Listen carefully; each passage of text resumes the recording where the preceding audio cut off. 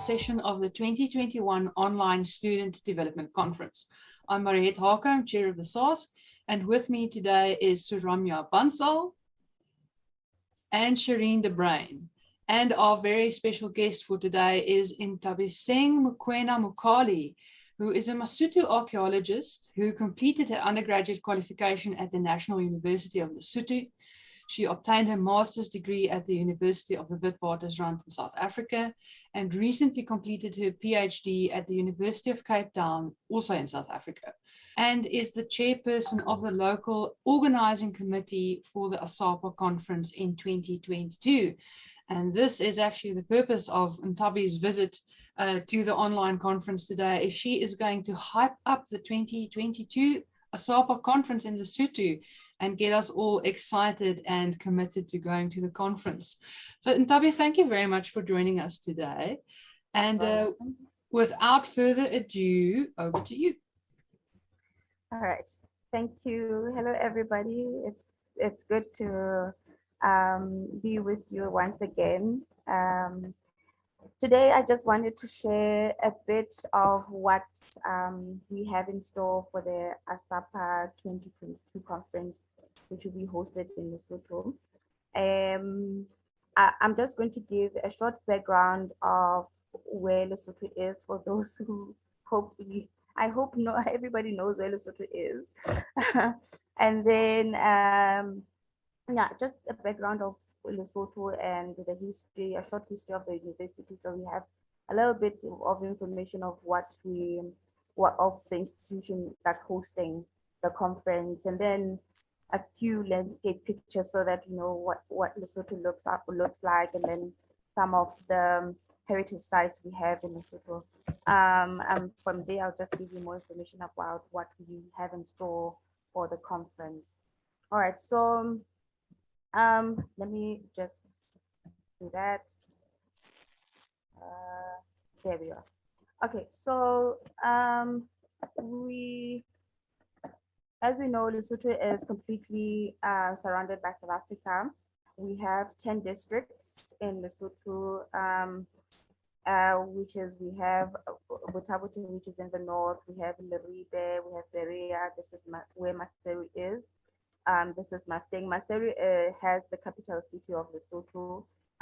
We have Mahalesuku, we have Kuti, Kachasnek, Tawateka, and Mohoto.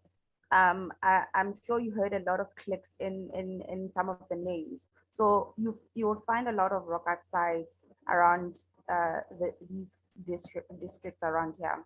So we'll learn more about our sites later on. All right, so we have altitudes that exceed 1,300 meters above sea level. And then our highest peak at the moment is about 3,482 meters above sea level. And I think that's Tabankanyane. It's located in Mohoto. We are a constitutional monarch, which means we have a king and we also have a prime minister, but we have a governing body which forms the government. We'll have ministers and the prime minister, which are who are in charge of the governing body of Lesotho. Now, this is what the landscape of Lesotho normally looks like in winter, especially from the foothills of Lesotho to the highlands of Lesotho. So just to go back a little bit, so this site is the lowlands of Lesotho, and around here we have the foothills, and all this forms the highlands of Lesotho. So the highlands are quite high, so that's why in our winters we always get snow, which is very nice and cold, terribly cold sometimes, unfortunately. But it's quite a nice scene to look at. In summers, this is basically a basic Lesotho village in the foothills and the highlands of Lesotho. This is the landscape you will normally find in such villages. And hopefully our conference will be hosted just outside the the Roma Valley where you would see such landscapes. And yeah, and the summers we get a lot of rain, depending on whether it's a good summer or not. But normally in Lesotho, when you have a lot of rain in summer, it means that it's a good summer for the crops, because a lot of Basotho depend on agriculture. So this is basically the landscape. This picture was taken in Maseru, one of the top, one of the mountains on in Maseru, just outside the city. I think it's about 15 minutes outside the city center. So it's overlooking the foothills of Lesotho. This is the city of Maseru. Basically,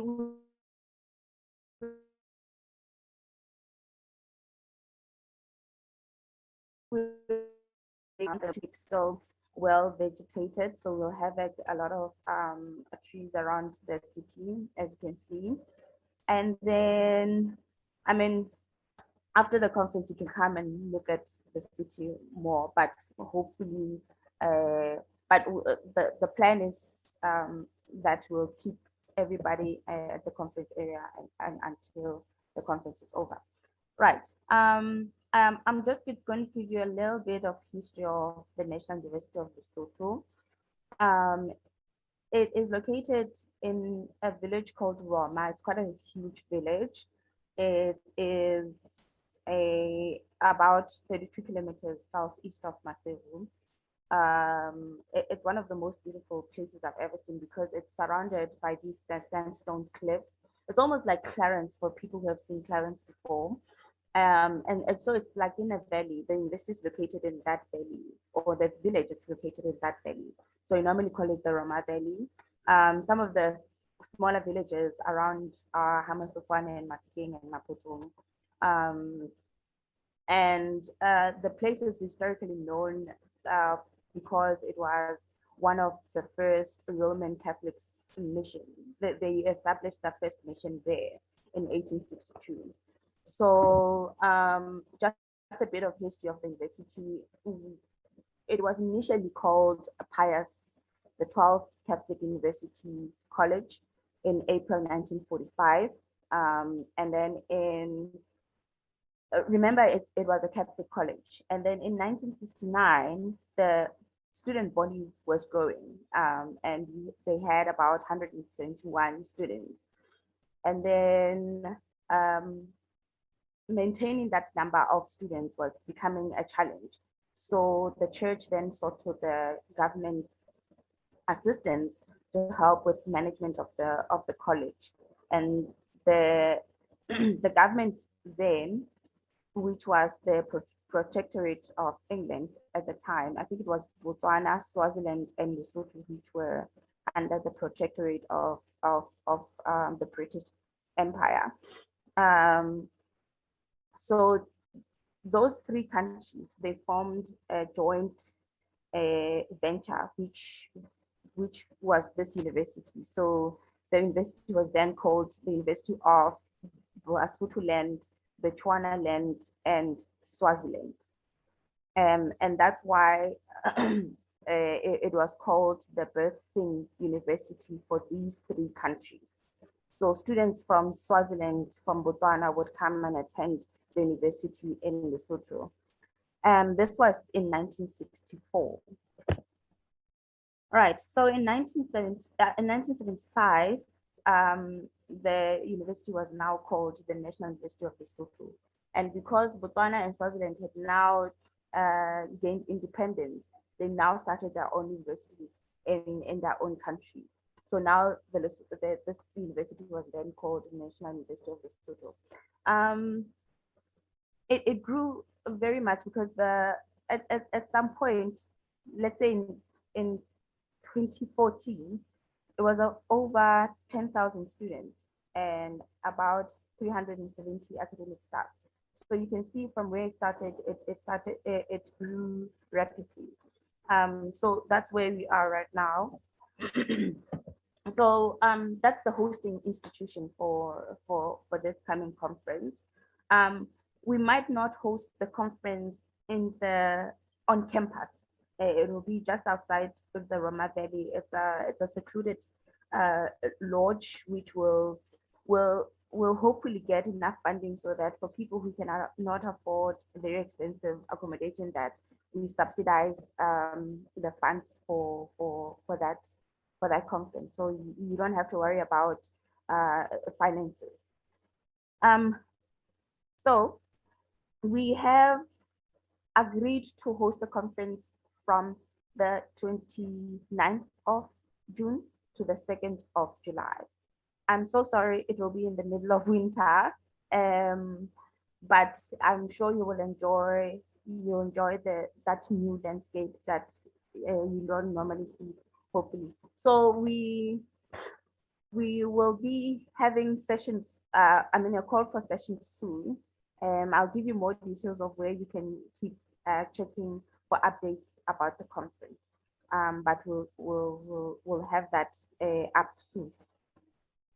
We are planning on taking people to several national heritage sites or just normal heritage sites in Lesotho, across Lesotho. So you'll have a good choice of where you want to be. If you want to be deep in the mountains, you'll have a choice of that. But if you want to be so close to Maseru or the lowlands, you'll have an option for that. So one of the most important sites in Lesotho is the Malitu Drakensberg World Heritage Site, which is Tlhabatere. It has about 97 archaeological sites, about 100 identified and not formally documented yet. So there's still more work to be done at the site. But it's a quite lovely landscape, as you can see. It's an extension of the Malitu Drakensberg or the Okashamba Drakensberg from the KZN side. So this is just an extension of that site. But in Lesotho, we call it the Tlhabatere World Heritage Site. We also have Habarana. Habarana is about 20 kilometers from the Roma Valley. It's a very nice rock art site with very lovely landscapes. To have if you want to be closer to town, that's one of the sites that you'll visit. We also have the Midolang Dam. The Midolang Dam of heritage sites, unfortunately, are right now inundated. They are underwater, so you cannot see them. It's one of the dams that was constructed, I think it was in 2009. And a lot of archaeological work had to be done so that to save any archaeology that was in the valley, in that Midolang Valley. So now one of the most important sites that were excavated from the 1960s, I think, by Peter Mitchell, Professor Peter Mitchell, was Hamakotoko and I've forgotten this other one. But we have information about this site. The artifacts or material culture taken from this site. So you will learn more about what the site looked like at, before the dam inundation. And then the general landscape of Midolang. So Midolang is it's also about 20 kilometers. In fact, no, 15 or 10 kilometers from Roma. So it's quite close. So you'll get to see it as one of the heritage sites. We also have Sehonghong. Sehonghong is deep in the mountains. It's in South Africa. I think it's one of the most talked about sites in Lesotho because it's still recently excavated. It's a Middle Stone Age site, and there's a lot of information that was researched from this site. So if you're interested to learn more about the site, you'll have an option to visit. But this site will particularly depend on how the weather is, because if it's in the middle of winter, there's a likelihood that there'll be a lot of snow. So we're not sure how the roads will be, but it will be an open option for that. And then if you like exploring the paleo sciences also, we have just in Roma, in fact, even on campus, we have dinosaur footprints. So if you'd like to see those as well, you're welcome to do. So we'll have a variety of things to look at or to visit when you come to the conference. So yeah, we also have like historical ruins around Roma and Lesotho that will open for everybody to go and see. So you'll have a variety of places to choose from. And yeah, that's about it. Now, we are currently working on a website where we will give more information about the conference in terms of what visas will be needed, if you will need a visa at all, and also the accommodation. All that information will be communicated via the website and also via our website or our Facebook page, which is now also active. It's called the ASAPA. If you just go on Facebook and type ASAPA Conference 2022 Lesotho, you'll get more information there. And we're also working together with the Faculty of Humanities of the National University of Lesotho. They're also uploading any information about ASAPA on the Facebook website, page. So if you go onto those two Facebook pages, you get more information about the conference. We also have an email, which is info.asapalesotho2022@gmail.com. So if you need more information, just drop us an email and then we'll get back to you soon. But more information you'll get, I think by end of this coming month, you'll get more information about how the conference will be hosted. I think one of the most important things to cover right now, I think for those who are a bit skeptical about traveling, especially in COVID-19, in this time of COVID-19, we are planning on having a dual conference where we'll have a physical conference and then a digital or online conference. So for those who cannot travel, they are free to join us online and they can make their presentations online. But if you're more than willing to come to Lesotho, you'll be able to present your paper or poster physically. Lesotho has been lucky not to have a lot of cases. I think the first case we had in Lesotho, even before we had a first case, our borders were closed to maintain the situation, just to maintain traffic. So we never had a lot of, even now, I think yesterday we only have one positive case, which is also still being monitored. So likely we don't have quite as scare as other countries are experiencing. But of course, you'll need to be tested and be in quarantine and all that in your country. But all that information will be communicated in due time. So just be on the lookout and yeah, just be on the lookout. We'll give you more information about the conference. So I would like to encourage everybody to come join us, because it's the first time that Lesotho is hosting this kind of conference. So we're quite excited about it.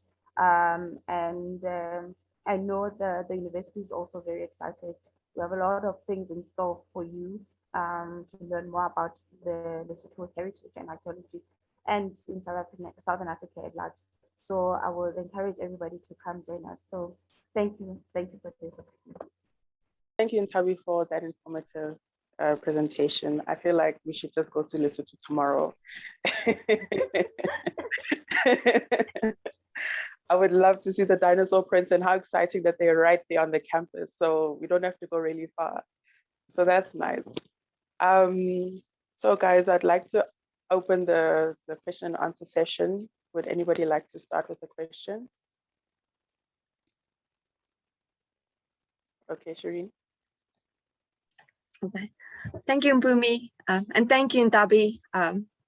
Looking at all the images just reminds me of the student development workshop we had in Lesotho, and I'm really excited, as I'm sure everybody else is, to attend the ASAPA conference next year.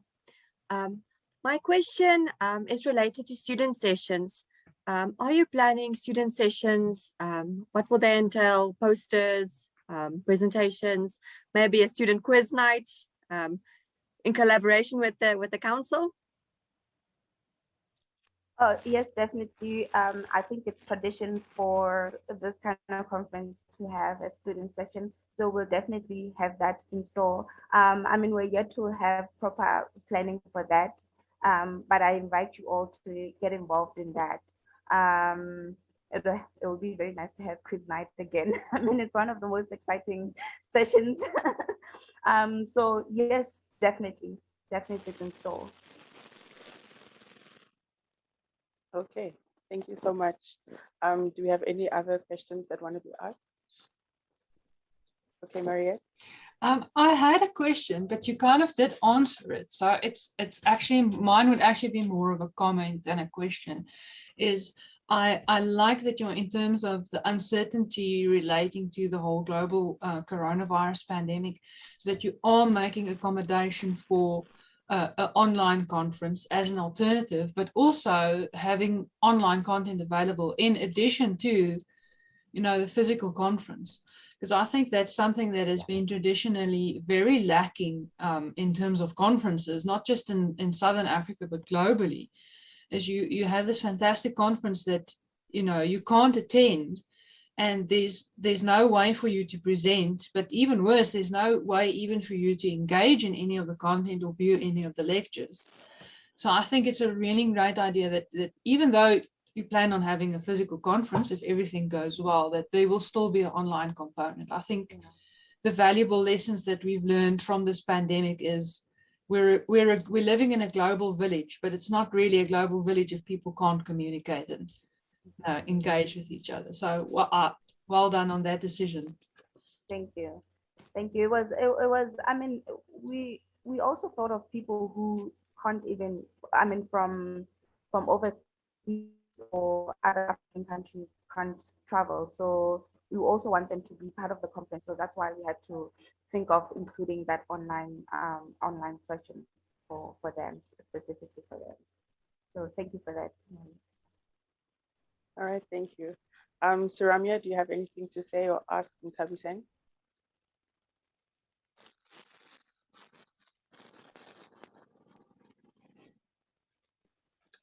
I was thinking about, say, student scholarships. So what would be the process be for students to apply for any possible scholarships, say from within Southern Africa, if they are able to attend the conference? Yes, so that's a big part of our fundraising. We really want to make sure that students who cannot afford some of the expenses of attending a conference to make sure that we get more funds for students.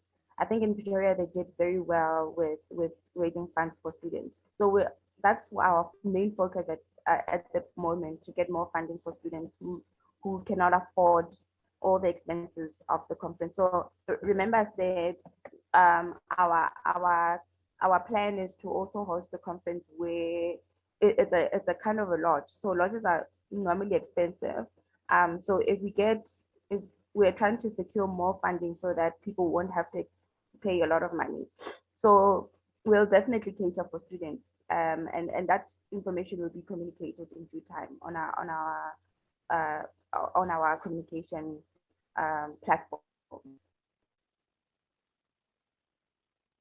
All right, thank you.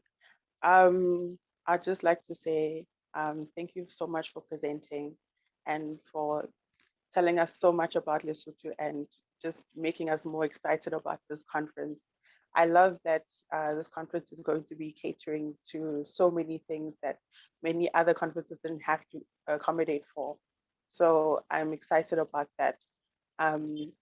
We're hoping that we will be able to get more students to come through, and also know that there's so much to research as well. As you told us that there was like quite a few sites that haven't been researched. So we're hoping that as Lesotho is trying to bring the spotlight onto themselves, we're also trying to help and put that spotlight as well on you guys, and create collaborations where you don't have collaborations from Southern African countries, but also from other African countries and internationally as well. So we're hoping that that can work out for everybody else. I do have one more question for Thabi. I was just thinking about local custodians. So how much of a role do the local people have in contributing of organizing the conference? Those who are heritage custodians, for example, of various sites are, it's really important to have them on board at such a prominent event. So what are the options for that? Very, very important. So luckily we have a very good relationship with the Roma community. So I'm going to give you an example. About a month ago, we asked them about some sites around Roma, and one of the people around Roma to go to a rocker site that we didn't even know existed then. So they are currently even quite involved even in our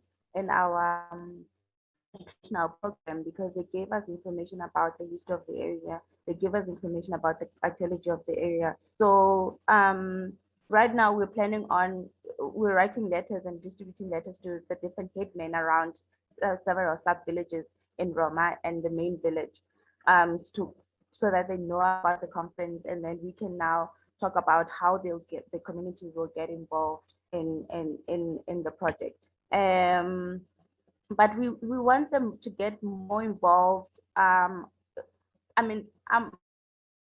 Is to hopefully have someone from the community present something on the heritage of that particular place in collaboration with our students, so that we get them to give them a bit more about what to present about their own heritage. So that's our vision for getting the local communities involved.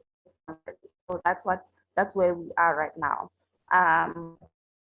And hopefully we'll have more exciting things from the community next year. Thank you. I hope that answers it. All right, thank you so much, Nthabiseng. Let me just ask for any further questions. Last round. All good? Great. All right, so thank you so much, Nthabiseng, for giving us this presentation. We are very excited for the ASAPA conference, and we are happy that it's going to be the first one in Lesotho, so can't wait. And I'm hoping that it snows. Hope so too. I know I'm not a person for cold, but I know I'm hoping it snows. I just want to see it and play with it, and then but I also want to go to the site, so it's a catch-22. Yeah. Thank you. And, we're really excited. We're excited to host everybody, so we're hoping that all of you will come and experience it. Sure. Okay. All right. Thank you so much. Thank you very much, Nthabi. So to the students, we usually have a quiz associated with each talk, but today is different because this was more of a hype and information session. So your assignment is to go over to Facebook and to go to look for ASAPA Conference 2022-Lesotho. Go and like the page and make sure that you keep up with all relevant information that will be posted on social media. And once again, Nthabi, thank you so much. We look forward to 2022 with hopefully some snow and lots of site visits, weather permitting. Yeah. Thank you. Thank you, everyone, and have a good day further. Bye.